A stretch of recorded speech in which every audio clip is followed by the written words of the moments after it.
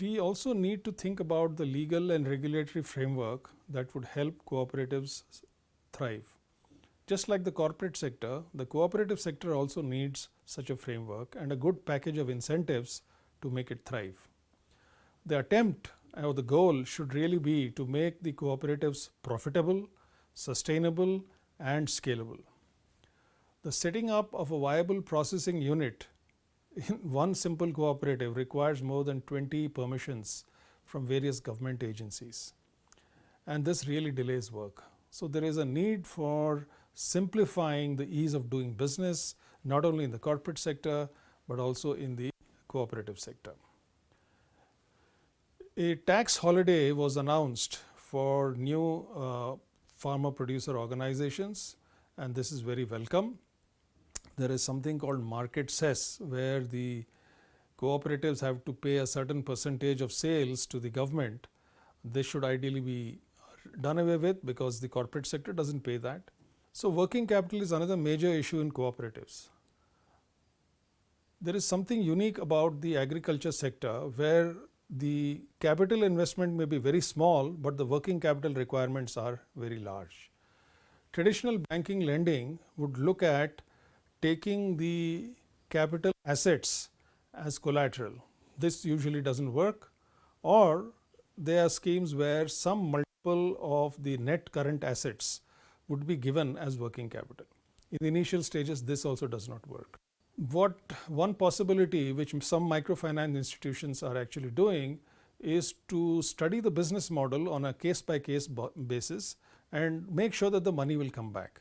One way of making sure that the money will come back is that you use the produce as collateral but only finance part of it. So unless the price crashes, there is no chance of default of the loan, and this model has worked well. In any case, some method of making large amounts of working capital available for this sector on a case by case basis for cooperatives that really deserve it needs to be worked out. The interest on the working capital loans is very, very high, and that needs to be reduced. There is a window of opportunity here. The Reserve Bank of India has declared lending to such cooperatives as part of the priority sector. In effect, the interest rates would be down, and the banks and financial institutions need to consider how to considerably bring down the interest rates. I want to say something about interest rates. One of the popularly held notions is that interest rates do not matter. Actually, for the cooperatives that we are talking of, interest rates do matter, because the margins are so thin that if most of the margins are taken away by paying out interest, not much surplus is left for the farmers and members. The producer company model in principle is very good. However, it comes under the Companies Act. The compliance requirements for a new small producer company is very, very cumbersome.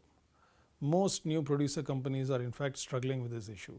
We need to simplify them. Finally, we need to find a way of bringing large amounts of capital into this sector if we want it to scale. The traditional cooperative model has challenges. The only place where it has worked and scaled is in the dairy sector, but a large grant was given up front for Operation Flood. If that can be done for FPOs outside the dairy sector and given to a very high caliber team, it can still work today. In the absence of such funds, we can learn from the so-called developed countries. Here, a combination of outside funds and member funds can be pooled together into a cooperative. In India, it's only possible in very small amounts, and the joint ventures that are referred to have really not taken off. The recent announcement of differential voting rights is welcome. This can allow cooperatives and producer companies to bring in outside capital but allow members to retain control. So to conclude this section on legal and regulatory requirements, it is unlikely that business as usual will work.